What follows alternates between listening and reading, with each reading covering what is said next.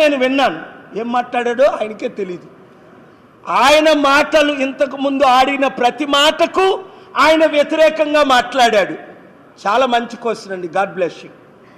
Number 1, నేను పుట్టిన దగ్గర నుంచి సనాతన్ని అన్నాడు. ఇంతకు ముందేమన్నాడు? నేను చావేజు ఊవేజు నాస్తికుణ్ణి.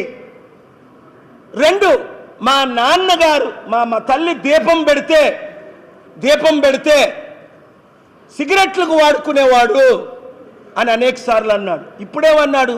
మా నాన్నగారు మా ఇంటిలో రామనామమే పుట్టిన దగ్గర నుంచి అన్నాడు. 3, అలా అన్న మా తమ్ముడు పవన్ కళ్యాణ్ పుట్టినప్పుడు అక్కడ మోదీ గారు ఎలాగో ఈయనకు కూడా నొప్పులు లేకుండా ఈ మధ్య మోదీ గారు అన్నారు. ఇప్పుడు సౌత్ ఇండియన్ పుట్టినప్పుడు పెయిన్ కూడా లేదట. అమ్మా తల్లి, వారిని క్షమించమ్మా, బతుకున్నావు నువ్వు. ఆ పవన్ కళ్యాణ్ని, నాగబాబుని నొప్పులు లేకుండా ప్రపంచంలో ఒక్కడైనా పుడతాడా? మోదీ అంటాడు, ఆయన ఏదో అంటాడు, ఆయన అబద్ధాలు.